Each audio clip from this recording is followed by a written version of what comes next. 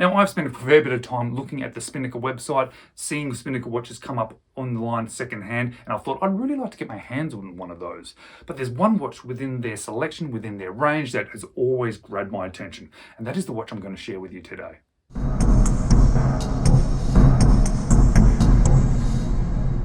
Hello, you're watching James. My name's James. You're watching me, and I'm talking about watches. And today, I'm talking about watches that has been lent in to me by Mark. Thank you so much, Mark, for lending me this watch, because it's a watch that I really wanted to get some hands-on experience with, because the look of it really grabbed my attention, and it continued to grab my attention. Every time I saw it pop up online, whenever I looked at the Spinnaker watch range, this is the one that stood out to me. And if you're looking to buy it, well, online on the Spinnaker website, they're 550 Australian dollars.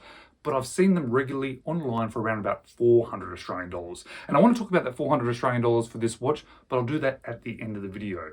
Now, because this is a watch that has been lent to me, I haven't actually been wearing it much because I don't want to damage a watch that is lent to me. So this is not a full in-depth review like I would normally do. It's more of a review / first impressions, okay? So let's flip the camera and let's check out this Spinnaker. So here we have the Spinnaker SP5062-33 in emerald green. However, I'm not sure how emerald green it is. I can see a bit of a green tinge to it, but I don't think emerald green is exactly the right wording for it. It comes in a pretty cool box. In here we've got a warranty card, and it becomes packaged fairly well for that sort of pricing. But obviously we're here to see this pretty cool watch, and it's something that has really stood out to me ever since I first saw it. And on paper, you're getting a fair bit of watch for your money. You're getting a Seiko NH35 powered watch, dual crown with an internal rotating bezel, sapphire crystal with AR coating, 180 meters of water resistance. Yes, that's right, 180, I'm not sure why, and Spinnaker gives you a 2-year warranty. But the first thing I noticed about this watch is the sheer size of it. Now, I don't mind bigger watches and dive watches, I don't mind at all. But for some reason, this feels big, but I think it feels big not for the overall case diameter, which is actually 42 millimeters. That's a good sort of size for this sort of style watch. It's the width of the watch. It is 15 millimeters, making it quite thick. Lug to lug is 50, which is large but not huge. You'll see there's a fair bit of downtone, but unfortunately you'll see there's a lot of a case back there, which sort of compensates away from that downturn, unfortunately. Lug width of 20. And on this supplied bracelet, 172 grams. So that probably had something to do with my feeling of it being a large watch. It's rather thick and it's rather heavy. But that doesn't put me off this watch completely at all. What does sort of grab my attention though is how it looks. As I said, emerald green. I don't really see the emerald green. I see probably a greenish tinge to it, but I'm not quite sure about that. But what does capture my attention is that internal rotating bezel. Have a look at the markers, have a look at the numbers, and see how they are floating. They are floating because they are sort of set into a see-through or a clear sort of plastic. Underneath that, you can see those dots. They are sort of a 3D element underneath, but it is all encompassed in this sort of resin or plastic, and it gives it a really cool look. It sort of almost looks like things are floating with things that are under it. I really like that. You push past that, and just inwards of that, there is another bezel that is set. It is black, and there's sort of a 3D effect to it, but makes it a little bit harder to see. But if you look closely, it's got numbers and markers as well. Subtle, but kind of cool. Stepping down from that, we've got this textured dial, which is actually really cool. It's one of the main features about this watch that I can see. And on top of that, we've got the applied indices, all brushed with lume and brushed hour hand, brushed minute hand, and a nice little second hand with a bit of orange on the second hand there, which is very cool. And I really do like how that hour hand has a rather interesting sort of marker there that has been lumed. And the lume on this watch is actually pretty good. Sat and looked at it for a fair bit the other night, and it was really something rather special, and I'd be quite happy with that sort of lume at a watch like this at this sort of price.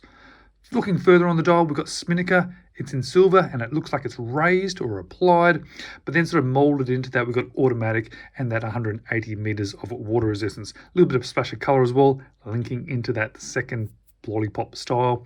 Sort of a color matched date wheel, which is not too bad, with a bit of a frame around it. So the top crown rotates the internal bezel.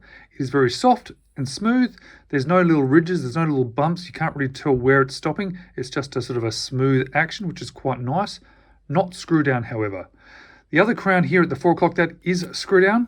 And because this contains the Seiko NH35, we do have hand winding. And of course, we also then have hacking. And the sapphire crystal is very nice, sits sort of flat with a little bit of a leading edge there. AR coating, which you can see there, which seems to work really well, and transitions across to that solid bezel, which is all brushed. Top of the case is brushed, side of the case is brushed, underneath is brushed. So we've got an all brushed case and bezel. Outer links of this bracelet are brushed with all this high polish here on this sort of beads of rice sort of style. These are solid links. You'll see that is one whole link, so we haven't got individual links, but it does look good and it does feel good in hand. Bracelet's held together with screw links, and we've got one of these fairly standard clasps. It's okay, it's perfectly fine.